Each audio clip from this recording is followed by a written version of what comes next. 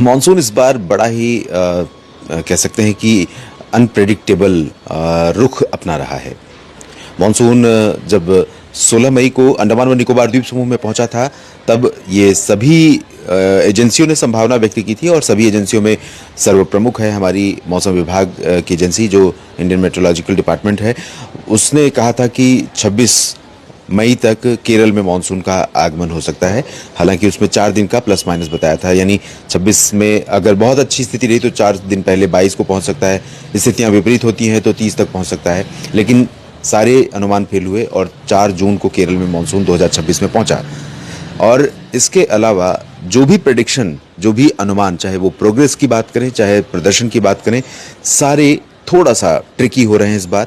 और El Nino है, El Nino का प्रभाव है, सुपर एल नीनो है इस बार। टेम्परेचर प्रशांत महासागर में सामान्य से काफ़ी ऊपर पहुंच गया है। परिणाम स्वरूप ट्रेड विंड्स जो भूमध्य रेखा के ऊपर भारत की तरफ आती हैं, बंगाल की खाड़ी और अरब सागर यानी हिंद महासागर क्षेत्र में, वो हवाएं काफ़ी कमज़ोर हैं और नहीं पहुंच रही हैं, जिसके कारण भारत के मानसून को अरब सागर और बंगाल की खाड़ी, अरब सागर से तो सपोर्ट मिल रहा है लेकिन बंगाल की खाड़ी से वो सपोर्ट नहीं मिल रहा है जो आमतौर पर इस समय तक पहुंचता है, मिलता है, और जिसके कारण बारिश वाले बादल देश के कई राज्यों पर बनने लगते हैं। बरसात की गतिविधियां शुरू हो जाती हैं। हवा में नमी का स्तर उन जगहों पर भी बढ़ जाता है जहां पर मानसून नहीं पहुंचा होता है। तो जहां पहुंच रहा है वहां देर से, और जहां देर से पहुंच रहा है वहां पर भी बरसात बहुत अच्छी नहीं दे रहा है। हालांकि महाराष्ट्र में अगर मुंबई का उदाहरण ले तो मुंबई में सामान्य समय से लगभग 12-13 दिनों के बाद पहुंचा, और पहुंचने के बाद 2 दिन जमकर बारिश दी है और 3 अंकों में बारिश रिकॉर्ड की गई है। जबरदस्त बारिश हुई है। कल 24 जून को मध्य प्रदेश में प्रवेश किया और गुजरात में पहुंचा। गुजरात में सूरत और मध्य प्रदेश में इंदौर तथा मांडला से होकर के मानसून की उत्तरी सीमा गुजर रही थी, और आज अभी तक प्रगति नहीं हुई है, इसके अनाउंसमेंट नहीं हुई है। चांसेस लग नहीं रहे कि आज किसी प्रगति के लिए अनाउंसमेंट होगा, लेकिन संभावनाएं गुजरात के पूर्वी हिस्सों में अहमदाबाद और वडोदरा तक, और मध्य प्रदेश में भोपाल और आगे रीवा सीधी सिंगरौली तक, और झारखंड और बिहार को पार करने तथा उत्तर प्रदेश में प्रवेश करने के लिए अनुकूल हैं अगले 2 दिनों में, यानी 26 और 27 में ये स्थितियां देखने को मिल सकती हैं। तो मानसून का जो प्रदर्शन है, मानसून की जो प्रगति है, उसमें इम्प्रूवमेंट नो डाउट पिछले कुछ दिनों के दौरान हुआ है। 20 जून के बाद से, लगभग 8 जून के बाद से काफ़ी स्लो हो गया था और 8 जून के बाद से काफ़ी ज़्यादा निराशा थी, और लेकिन अभी 20 जून के बाद से परिस्थितियां थोड़ी बदली हैं और प्रगति भी हो रही है। मानसून का प्रदर्शन भी थोड़ा बेहतर हुआ है। 24 घंटों में इस समय लगभग 7 मिलीमीटर वर्षा पैन इंडिया रिकॉर्ड की जानी चाहिए, यानी पूरे भारत में जो बारिश का आंकड़ा इस समय 24 घंटों में दर्ज किया जाए वो 7 मिलीमीटर होगा, तब सामान्य माना जाएगा।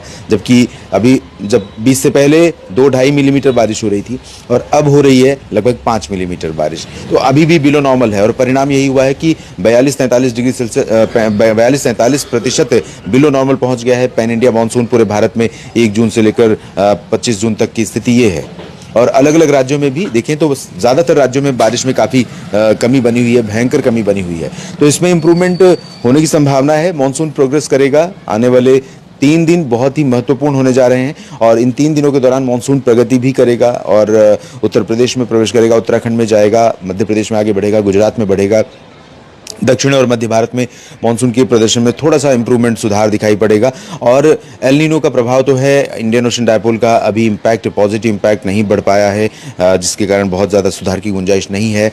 और इस बीच में कई सारे मित्र ऐसे हैं जो ज्येष्ठ, आषाढ़, श्रावण, भादौ, क्वार, कार्तिक, यानी जो जेठ की दोपहरी, जेठ की गर्मी के बाद आषाढ़ और श्रावण मास से बारिश की संभावनाएं बढ़ती हैं, ऐसी बातें कर रहे हैं। बहुत सारे मित्र ऐसे हैं जो नक्षत्रों की बातें कर रहे हैं कि इस समय ये इस नक्षत्र में बरसात नहीं होती है। तो और पंचांग की बातें कर रहे हैं कि पंचांग में मैंने देखा है फला डेट से बारिश बढ़ेगी। देखिए पंचांग इसमें कोई संदेह नहीं है कि भारत का जो पंचांग था, भारत की जो चाहे वो ज्योतिष शास्त्र हो या खगोल शास्त्र हो, दोनों प्राचीन काल से, जब दुनिया में इसके बारे में कोई समझ नहीं थी, तब भारत इसमें बहुत समृद्ध था। तो उसका ज्ञान काफ़ी महत्वपूर्ण है, इसमें कोई दो राय नहीं है। और सूर्य की गति की गणना आप सोचिए, जो पंचांग लिखा जाता है वो पहले ही देख के कर लेता है। तो ये स्थिति हमारे आज की नहीं, दशकों और सदियों पुरानी रही है।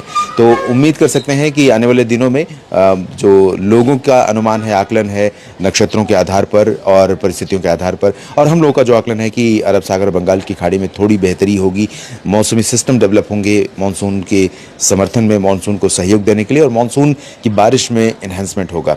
तो उम्मीद कर सकते हैं कि जल्दी ही अब भोपाल, रीवा और वाराणसी, प्रयागराज, गोरखपुर, लखनऊ और अहमदाबाद, वडोदरा, गांधीनगर और साथ में देहरादून, नैनीताल तथा जम्मू कश्मीर, लेह, लद्दाख, इन सभी भागों में मानसून का अराइवल होगा और सामान्य तौर पर बरसात भी देखने को मिलेगी।